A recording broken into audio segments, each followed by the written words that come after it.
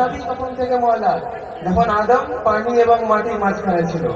অর্থাৎ নবী বলে দিলেন যে আমি যখন থেকে আদমের মওলা, আলী তখন থেকে আদমের মওলা।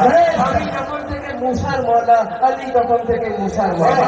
আমি যখন থেকে দাউদের মওলা, আলী তখন থেকে দাউদের মওলা। আমি যখন থেকে ইয়াহিয়ার মওলা, আলী তখন থেকে ইয়াহিয়ার মওলা। আমি যখন থেকে খিজরের মওলা, আলী তখন থেকে খিজরের মওলা। আমি যখন থেকে ইসমাইলের মওলা, আলী তখন থেকে ইসমাইলের মওলা। আমি যখন থেকে ইব্রাহিমের মওলা, আলী তখন থেকে ইব্রাহিমের মওলা। আমি যখন থেকে ইউনুসের মওলা, আলী তখন থেকে ইউনুসের মওলা। আমি যখন থেকে ইউসুফের মওলা, আলী তখন থেকে ইউসুফের মওলা।